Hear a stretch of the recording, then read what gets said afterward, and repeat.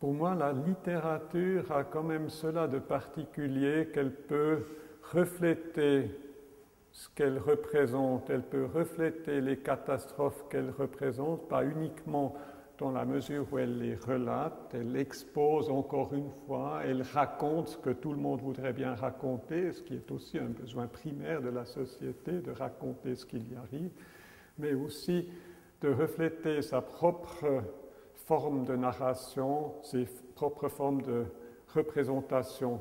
C'est ce qu'on a vu à travers cet exemple de Kleist, que toute représentation littéraire comprend également une réflexion, par exemple, du langage, de la temporalité, de l'impact social d'une crise, des événements possibles. En fait, la littérature peut imaginer des suites, les meilleures et les pires. Donc la littérature n'est pas uniquement une source historique qui pourrait recouvrir ou raconter encore une fois quelque chose qu'elle aurait bien voulu en fait créer en mémoire, mais elle découvre des potentialités, donc elle peut ajouter en fait ce qui ne s'est pas passé. À ce propos, la littérature a peut-être aussi encore une plus grande latitude que les autres formes d'expression artistique, la peinture ou le film catastrophe qui a déjà créé ses propres formats. La littérature a un espace, je dirais presque illimité, un espace évidemment de l'imagination.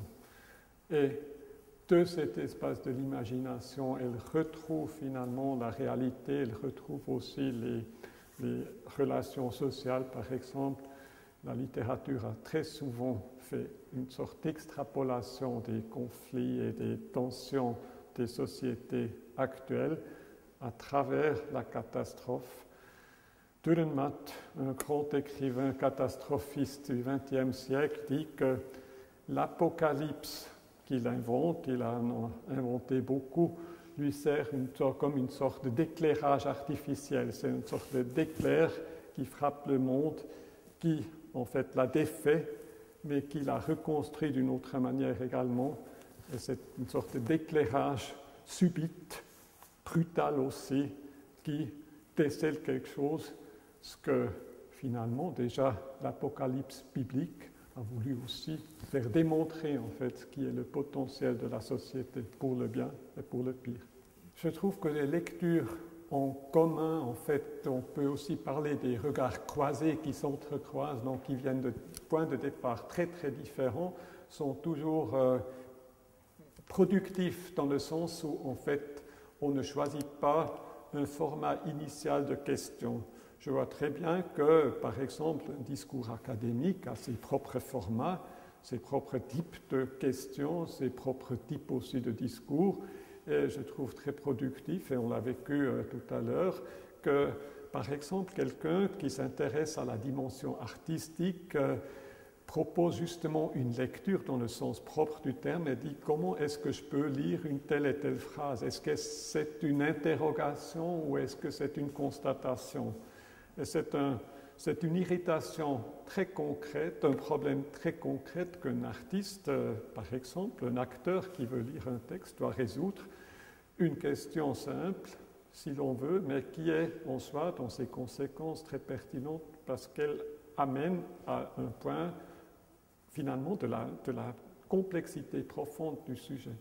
Donc, tout pour dire, je trouve que c'est une approche intéressante et j'aime bien justement ce type de discours croisé parce qu'on sort un peu de ces formats de questionnement qui ont déjà une très longue tradition. Pour ce texte de Kleist, notamment, il y a une discussion énorme dans la critique académique, mais il y a certains points que je trouve des points un peu, disons presque marres. On voit aussi que, par exemple, tout le rapport que ce texte entretient justement avec le monde des images, est déjà, ça échappe déjà un peu à la discussion académique. C'est clair qu'on est cloisonné. Par contre, une ouverture aussi vers des questionnements de l'actualité, du temps présent.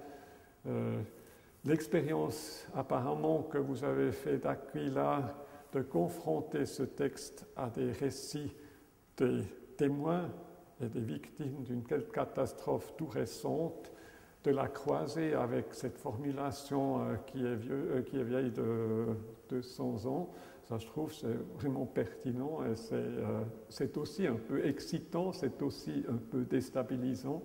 Donc ce texte n'arrête pas de me questionner maintenant et surtout pas, en fait il y a de nouvelles questions qui ont surgi pour moi. Donc voilà, tout pour dire que je trouve que c'est une expérience réussie, même si elle n'est pas tout à fait facile, parce que ce n'est pas uniquement la pluralité des langues, mais aussi la pluralité des approches qui est des fois difficile à concilier. Donc je ne peux que vous encourager de continuer dans l'expérimentation.